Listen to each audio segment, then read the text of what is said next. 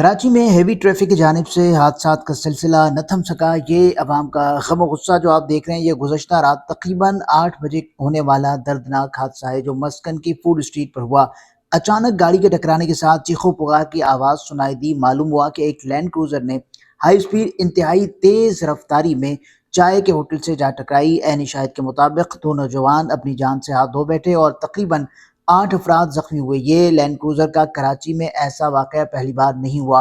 عوام بہت غصے میں تھی، پوری گاڑی توڑ پھوڑ دی اور اس کو چلانے والا جو تھا اس کی بھی کافی درگت بنی۔ آخر کار پولیس آئی لیکن گاڑی کو عوام نے آگ لگا دی۔ کراچی میں ڈمپر سے کراچی والوں کو کچلنے کے لاتعداد واقعات ہو رہے ہیں۔ ان واقعات سے پہلے اگر آپ کو یاد ہو تو سال کے شروع میں بچوں کے اغوا ہونے کے واقعات ہوئے تھے، اس کا بھی کوئی پرسان حال نہیں ہوا۔ آج تک ایسا اچانک کیوں ہونے لگتا ہے؟ کیا یہ کوئی سوچی سمجھی سازش ہے یا کوئی چاہتا ہے کہ شہر میں ہر وقت افراتفری پھیلی رہے؟